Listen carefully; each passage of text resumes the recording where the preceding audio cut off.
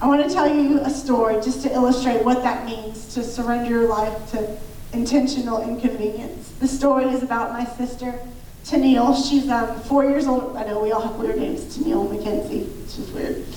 I'm not even good at squirrel. I'm not even going to chase that rabbit. My sister Tennille, she's 4 years older than me, and back in those early teen years when I was so hell-bent on defying God, on being against anything and everything that had to do with God, my sister began to notice some things.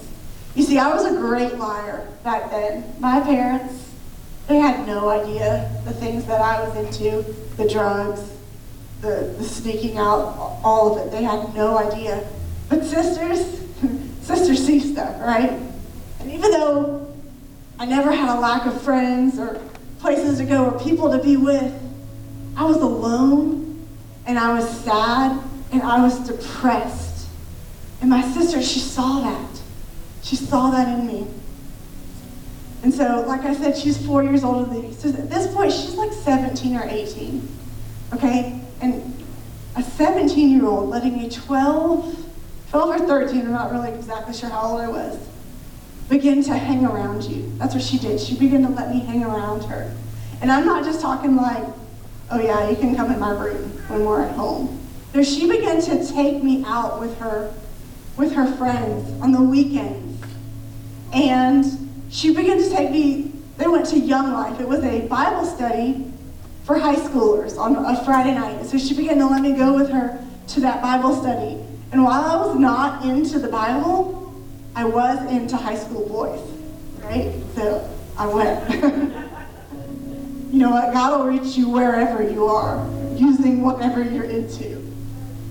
And I began to feel like I was big time, like 12 years old, hanging out with the high schoolers, you know, like I thought I was it. But these high school boys, man, they were into this Jesus.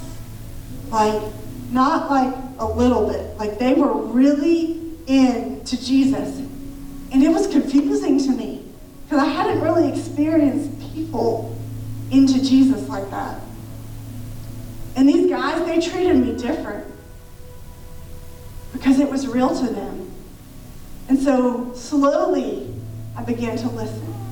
I began to hear what the Bible study teacher was saying. And it didn't happen right away. But God began to break away those things that had made my heart so hard and so bitter. It didn't happen that first night. It didn't happen the second night. Y'all, my 17-year-old sister toted her kid sister around for an entire school year so that God could get a hold of me. It was not convenient to bring a 12-year-old with you to concerts and coffee shops. But my sister was passionate about the purpose of God in her life and what the purpose of God might be for my life.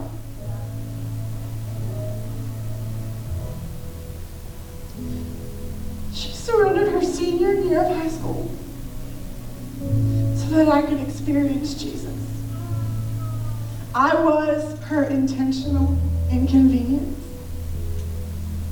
Because she did, I'm standing on this stage today.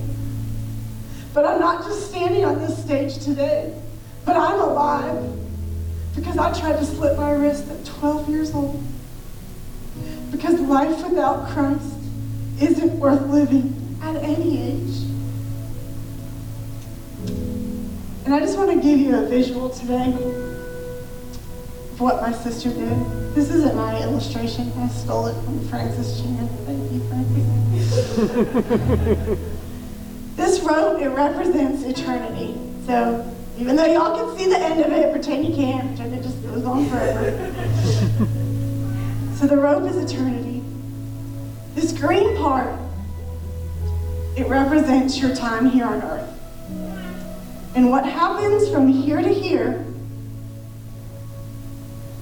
determines how and where you spend all of this. what happens right here. And I added this part to Francis's illustration. On this green part, there's a black line. You probably can't even see it from where you're sitting.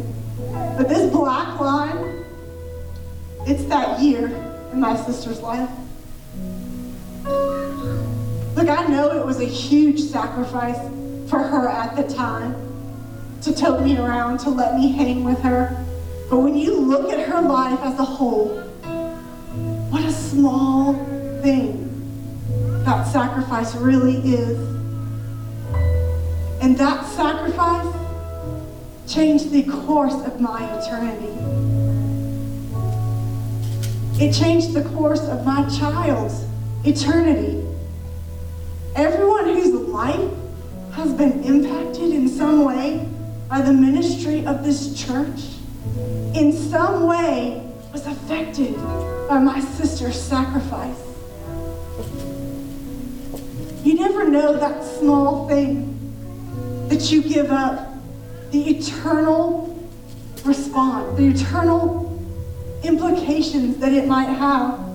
And so today, if you still think that serving seems hard to you, you might need to get an eternal perspective.